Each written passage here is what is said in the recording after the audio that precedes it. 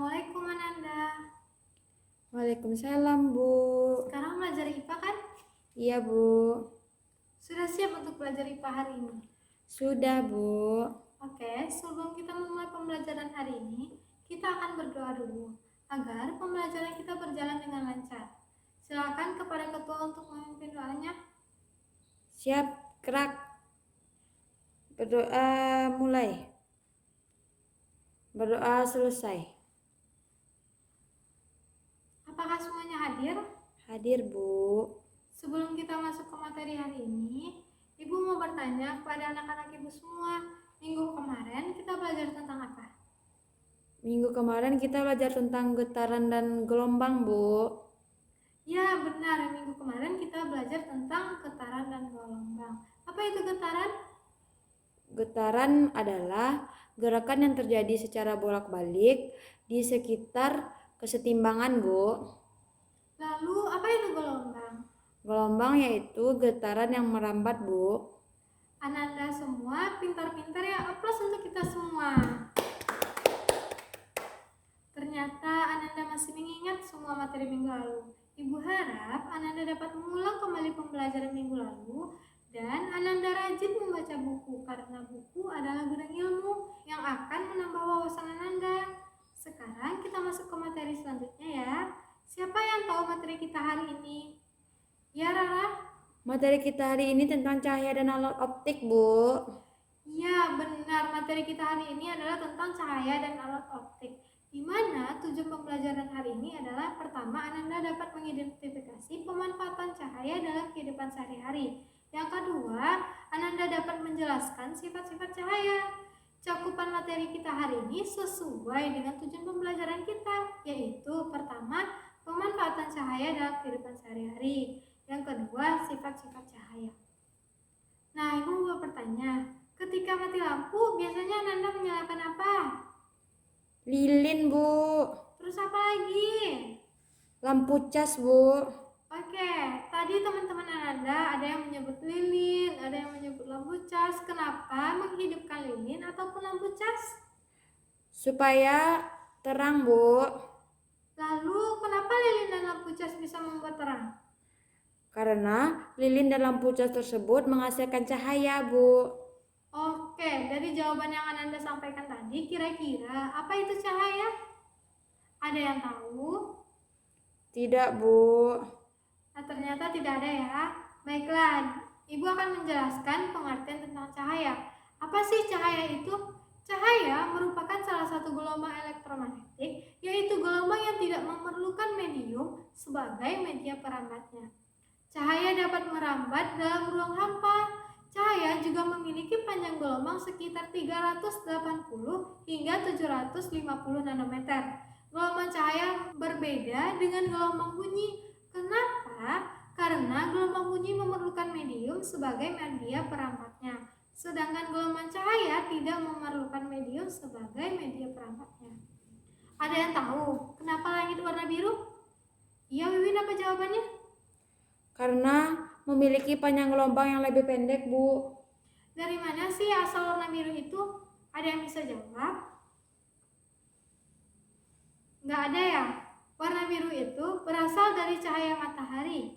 Ketika matahari berada di langit dan cahayanya melewati lapisan atmosfer, cahaya biru tersebar di segala penjuru oleh molekul kecil dari udara di atmosfer bumi. Kenapa warna biru lebih banyak tersebar dari warna lain? Karena memiliki panjang gelombang yang lebih kecil. Selain itu, cahaya juga dipantulkan dan tersebar di permukaan bumi. Terus kalau sunset itu langitnya warna oranye kan? Bagaimana ya? Indah tahu jawabannya? Tidak tahu, Bu. Ada yang lain bisa menjawab? Tidak, Bu. Oke, kalau sunset langitnya warna oranye karena posisi matahari yang lebih rendah menyebabkan cahaya tersebut harus melewati lebih banyak lapisan atmosfer sebelum cahaya tersebut mencapai mata Anda. Sebagian besar cahaya biru telah tersebar, yang tersisa hanya warna merah. Jadi, kita bisa melihat warna tertentu karena mata kita menerima informasi berupa cahaya cahaya yang dipantulkan oleh seluruh objek di sekitar kita yang terpapar oleh cahaya. Ibu tadi sudah menjelaskan tentang pengertian cahaya. Ada yang bisa menjelaskan kembali pengertian cahaya? Ya, Yuni, apa jawabannya? Cahaya merupakan salah satu gelombang elektromagnetik yang tidak memerlukan medium. Cahaya dapat merambat dalam ruang hampa, Bu. Cahaya memiliki panjang gelombang sekitar 380 sampai 750 nanometer, Bu. Ya, benar jawabannya. Oke, cahaya itu dapat kita rasakan, tidak memiliki wujud, serta cahaya berada di mana saja. Pentingkah cahaya itu bagi kehidupan sehari-hari kita? Sangat penting, Bu. Kenapa penting bagi kita? Ada yang bisa jawab? Ya, Mimin, apa jawabannya? Karena dengan cahaya kita dapat melihat dengan jelas, Bu. Jika tidak ada cahaya, maka dunia akan gelap gulita, Bu. Benar sekali, Mimin. Jika penting, apa saja contoh pemanfaatan cahaya dalam kehidupan sehari-hari, Ananda? Proses fotosintesis, Bu. Terus apa lagi? Membantu penglihatan kita, Bu. Tadi Ananda benar menjawabnya, yaitu proses fotosintesis dan membantu penglihatan kita. Tetapi, apa alasan Ananda mengatakan bahwa proses fotosintesis itu memerlukan cahaya? Karena fotosintesis menangkap energi matahari untuk sumber makanan bagi makhluk hidup di bumi, Bu. Energi cahaya diserap oleh klorofil atau zat hijau daun. Ya, benar, Keza. Coba Anda bayangkan, jika tidak ada cahaya, tumbuhan tidak akan tumbuh, tidak akan berkembang biak, dan tidak akan berbuah.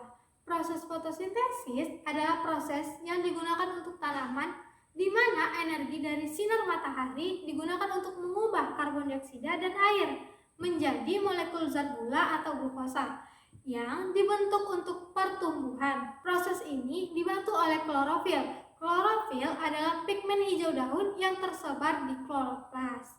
Energi cahaya diserap oleh klorofil atau zat hijau daun. Oksigen juga diproduksi sebagai produk sampingan fotosintesis. Itulah penyebab tumbuhan memerlukan cahaya. Pada cahaya ini memiliki sifat-sifat. Lalu, apa saja sifat-sifat cahaya? Cahaya dapat merambat lurus, Bu. Cahaya dapat dipantulkan, cahaya dapat dibiaskan, dan cahaya juga dapat diuraikan, Bu. Oke, semua yang Ananda sebutkan tadi itu benar. Cahaya memiliki 4 sifat. Yang pertama, cahaya merambat lurus. Cahaya merambat lurus itu contohnya ketika kita menghidupkan lampu senter. Lampu senter jika kita arahkan ke dinding itu akan membentuk garis lurus. Dari contoh yang Ibu sebut, Sasa, apa itu cahaya merambat lurus? Cahaya merambat lurus adalah sumber cahaya yang tidak berbelok-belok, Bu. Benar, cahaya merambat lurus adalah sumber cahaya yang tidak berbelok-belok. Selanjutnya kita masuk ke sifat cahaya yang kedua, yaitu cahaya dapat dipantulkan. Contohnya kita dapat melihat wajah kita di cermin. Cahaya dapat dipantulkan dibagi menjadi 2 kelompok. Yang pertama pemantulan baur dan yang kedua pemantulan teratur. Silakan Ananda diskusikan dengan teman sebangku Ananda. Analisalah perbedaan dari pemantulan baur dan pemantulan teratur. Ibu akan beri waktu 2 menit. Sudah 2 menit ya? Siapa yang mau menjelaskan? Angkat tangannya. Ya, Sasa, silakan jelaskan. Baik, Bu. Pemantulan baur terjadi ketika cahaya mengenai benda yang tidak rata. Sedangkan pemantulan teratur terjadi ketika cahaya mengenai benda yang rata permukaannya, Bu. Keza, coba ulangi kembali apa yang dijelaskan oleh Sasa tadi. Pemantulan baur terjadi saat cahaya mengenai benda yang tidak rata, dan pemantulan teratur terjadi ketika cahaya mengenai benda yang rata permukaannya, Bu. Oke, teman Ananda tadi menjawab benar. Pemantulan baur atau difusi terjadi ketika cahaya mengenai benda yang tidak rata. Sedangkan pemantulan teratur terjadi ketika cahaya mengenai benda yang rata permukaannya. Selanjutnya kita beralih ke sifat yang ketiga, cahaya yang dapat diuraikan. Cahaya merambat lurus ternyata dapat berbelok dengan sudut tertentu ketika menembus zat yang kerapatannya berbeda atau zat wujudnya berbeda. Arah belokan cahaya dibiaskan biasanya diperkirakan mendekati atau menjauhi garis normal. Minggu lalu, Ibu telah menugaskan Ananda untuk melakukan percobaan sederhana di rumah. Apakah sudah dilakukan? Sudah, Bu. Baik, dari percobaan tersebut apa yang terjadi pada sendoknya? Seolah-olah sendoknya terlihat patah, Bu. Silahkan Ananda diskusikan dengan teman sebangkunya. Ibu akan beri waktu 3 menit. Baiklah, waktunya sudah habis. Siapa yang bisa menjelaskan? Tidak ada yang mengangkat tangan? Ibu akan tunjuk saja orangnya ya. Keza, silakan menjelaskan hasil diskusinya. Baik, Bu. Sendok yang seolah-olah patah itu terjadi karena air dan udara memiliki indeks bias yang berbeda, Bu. Apa ada pendapat lain? Ya, Sasa, silakan. Air dan udara memiliki kerapatan yang berbeda, Bu. Oleh karena itu, kita melihatnya seolah-olah sendok tersebut patah. Ada lagi yang ingin menambahkan? Ternyata tidak ada. Semua yang dikatakan teman Anda itu benar. Pada proses sendok yang dimasukkan ke dalam air, sendok itu seolah-olah patah karena cahaya atau sinar datang dari medium yang kerapatannya lebih padat, yaitu air, ke medium yang lebih renggang, yaitu udara. Saat itu terjadi, cahaya dibiaskan mendekati garis normal. Selanjutnya, kita akan masuk ke sifat cahaya yang keempat, yaitu cahaya dapat diuraikan. Penguraian cahaya dapat disebut dengan dispersi cahaya. Salah satu contoh alami adalah proses terbentuknya pelangi.